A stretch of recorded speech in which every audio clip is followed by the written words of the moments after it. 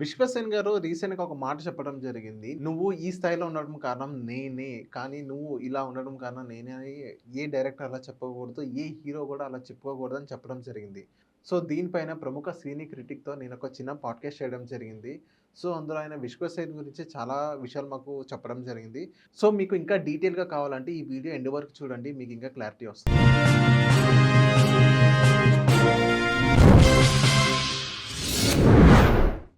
విజ్ఞాన్ గారు రీసెంట్‌గా విశ్వక్సేన్ గారు ఒక మాట చెప్పడం జరిగింది. "నేను నీకు లైఫ్ ఇవ్వడం వల్లే నువ్వు ఇప్పుడు ఈ స్థాయిలో ఉన్నావు. ఇప్పుడు ఈ స్థాయిలో ఉండడానికి కారణం నేనే." సో, ఇలా ఎవ్వరు చెప్పకూడదు. రీసెంట్‌గా ఒక డైరెక్టర్ నేను పనిచేసిన ఒక డైరెక్టర్ ఇలాగే చెప్పాడు. ఒక యాక్టర్ కూడా ఇలాగే చెప్పాడని చెప్పడం జరిగింది. సో, ఏదైతే ఇప్పుడు విశ్వక్సేన్ గారు చెప్పిన ఈ మాటలు ఏదైతే ఉన్నాయో దాన్ని మీరు ఏకీభవిస్తారా? 100% ఎందుకంటే విశ్వకి ఏం చెప్పినా ఏకీభవించొచ్చు. Why? Because down to earth guy. ఏం చెప్పినా దాంట్లో ఏదో సత్యం ఉంటది. అండ్ ఒకరిని హర్ట్ అయ్యేలాగా, ఒకరిని ఇబ్బంది పెట్టేలాగా ఎప్పుడూ మాట్లాడడు. అది అందరికీ తెలిసిందే. నాకు ప్రత్యేకంగా అంటే నేను గమనించిన హీరోలలో ఎప్పుడైనా సరే నాకు ఇతను ఎందుకో జెన్యూన్‌గా అనిపించాడు.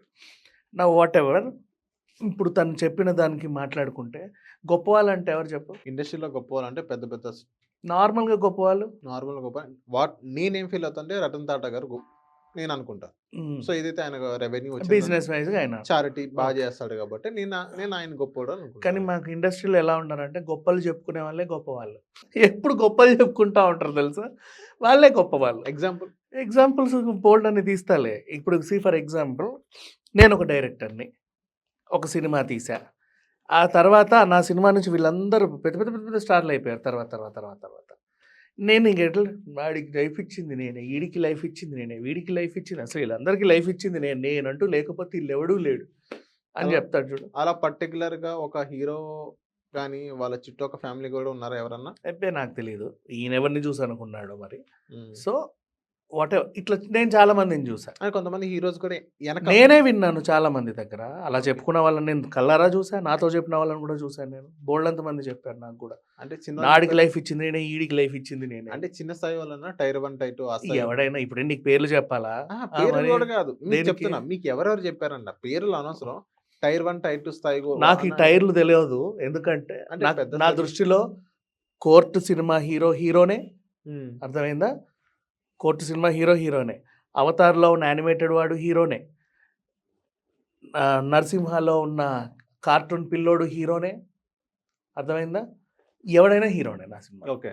'బాహుబలిలో' ప్రభాస్ హీరోనే. నాకు అందరి హీరోలు ఒకటే. ఒక సినిమాని లీడ్ చేసింది ఒక క్యారెక్టర్ అంటే ఆ సినిమా నాకు వాళ్ళందరూ హీరోలే. నాకు టైర్ 1లు, 2లు, 3లు తెలీదు. ఓకే. అందరు హీరోలే నాకు. ఓకే. ఎందుకంటే వాళ్ళు నమ్ముకుని సినిమాలు ఆడుతున్నాయి కాబట్టి. నౌ వాట్ హ్యాపెన్ ఆహ్, ఇన్ యాక్చువల్‌గా ఏంటంటే ఈ పదాలు పక్కన పెట్టేస్తే ఒక ఆర్టిస్ట్‌కి, డైరెక్టర్‌కి ఒక మంచి బాండింగ్ ఎలా ఉండాలంటే 'తేజ' గారికి అండ్ 'సదా', 'ఉదయ్ కిరణ్' నేను చెప్తా. Good bonding. For example 'Teja' గారు మంచి స్టార్‌డమ్‌లో ఉన్నప్పుడు వీళ్ళని తీసి పరిచయం చేసాడు. తర్వాత ఆయనకు కొంచెం తగ్గింది. వీళ్ళు మంచి పొజిషన్‌లో ఉన్నప్పుడు మళ్ళీ వీళ్ళు ఆయనకు అవకాశం ఇవ్వడం. ఇద్దరు డౌన్‌లో ఉన్నప్పుడు కలిసి మళ్ళీ పని చేసుకోవడం. యెస్. ఇట్లాంటివి ఇప్పుడు 'తేజ', 'ఆర్‌వి పట్నాయక్', 'ఉదయ్ కిరణ్' ఈ కాంబో జనాలకు బాగా హిట్ అయింది. అంటే మ్యూచువల్ అండర్‌స్టాండింగ్ అనుకోవచ్చు. అట్లా. ఎప్పుడైనా సరే ఒకరికొకరు హ్యాండ్ ఇచ్చుకోవాలి. ఇప్పుడు నేనే డైరెక్టరు. నిన్ను పెట్టి సినిమా తీశా. తర్వాత నా కథలు ఆడట్ల. నా దగ్గర లేవు స్టోరీలు. ఏదో కూర్చున్నా ఇలా. ఓ 10 ఏళ్ల తర్వాత నాకు మంచి ప్రొడ్యూసర్ దొరుకుతాడు. నేను మళ్ళీ ఫామ్‌లోకి రావాలనుకుంటా. నువ్వు ఆ టైంలో స్టార్ హీరో. నీ కింద ఒక బల్బింగ్ స్టార్ అని వచ్చేసింది నీకు ఆల్రెడీ. సో, నీకొక బల్బింగ్ స్టార్ అనే ఇమేజ్ వచ్చేసింది అప్పటికే. నువ్వు బాగా ఎలిగిపోతున్నావు. నువ్వు ఎక్కడికెళ్ళినా జనాలు. హ్మ్. కానీ నేను నీకొక ఫోన్ చేస్తే నాకొక సినిమా కావాలి నీవి అంటే, నువ్వు ఆల్రెడీ అడ్వాన్స్‌లు తీసుకున్న సూట్‌కేస్‌లు పక్కన పెట్టైనా సరే, సరే సార్ ఒక 1 మంత్ మీకు టైమ్ ఇస్తాను. మనం చేద్దాం ఇంకా తప్పకుండా అంటే, నువ్వు నాకు లిఫ్టింగ్ ఇస్తున్నావు. అవును. ఇప్పుడు ఆ సినిమా మంచిగా హిట్ అవుతదో నేను మళ్ళీ ఫామ్‌లోకెళ్ళిపోతా. మళ్ళీ నీ స్థాయి వాళ్ళని కాకుండా ఏ చిన్న హీరోలతోనో నేను మళ్ళీ ఫామ్‌లో అలా ఉంటా. కొన్నిసార్లు డైరెక్టర్‌గా నేను పిచ్చా పాస్. మన ఫస్ట్ సినిమా బాగా హిట్టు. తర్వాత నేను డైరెక్టర్‌గా వెళ్ళిపోతూనే ఉన్నా. నేను పాన్ ఇండియా లెవెల్‌కెళ్ళిపోయా. నీకసలు అవకాశాలే లేవు. ఇంకా క్యారెక్టర్‌లు చేసుకుందామా? లేక జబర్దస్త్‌కెళ్దామా? లేదా యూట్యూబ్‌లో ఏదన్నా చేసుకుందామా అనే నువ్వున్నప్పుడు నేను నిన్ను మళ్ళీ పిలిచి నేను హీరోగా పెట్టుకోవాలి. పాన్ ఇండియా లెవెల్‌లో 500,00,00,000 పెట్టి. ఎవరు చేయరు అట్లాంటి ధైర్యం చెప్తున్నా. అది మంచి బాండింగ్. మ్యూచువల్ అండర్‌స్టాండింగ్ ఇది. మంచి బాండింగ్. హీరోకి, డైరెక్టర్ మధ్య. సో, అట్లా 'తరుణ్ భాస్కర్‌ని' గురించి ఆయన చెప్పాడు. అతనికి ఇలాంటి ఫీలింగ్స్ ఏం లేవు. మన పర్సన్ క్రెడిట్ కూడా తీసుకోలేదు. ఎప్పుడు క్రెడిట్ వాడు నా వల్లే ఇతను పైకొచ్చాడని ఎప్పుడు అలా ఫీల్ అవ్వడు. బికాజ్ తను డౌన్ టు ఎర్త్ అని తనకు చెప్పాడు. అండ్ నేను పనిచేసిన వాళ్ళలో కూడా కొంతమంది అలా నా వల్లే నువ్వు అన్న వాళ్ళని కూడా చూసానని కూడా చెప్పాడు. అది సంగతి. నేను కొన్ని ఎగ్జాంపుల్స్‌తో చెప్పా. ఎప్పుడైనా సరే ఒకటి సక్సెస్ అయింది అంటే అందరి కృషి దాంట్లో ఉంటది. నాకు ఈక్వల్ ఉంటది. నీకు ఈక్వల్ ఉంటది.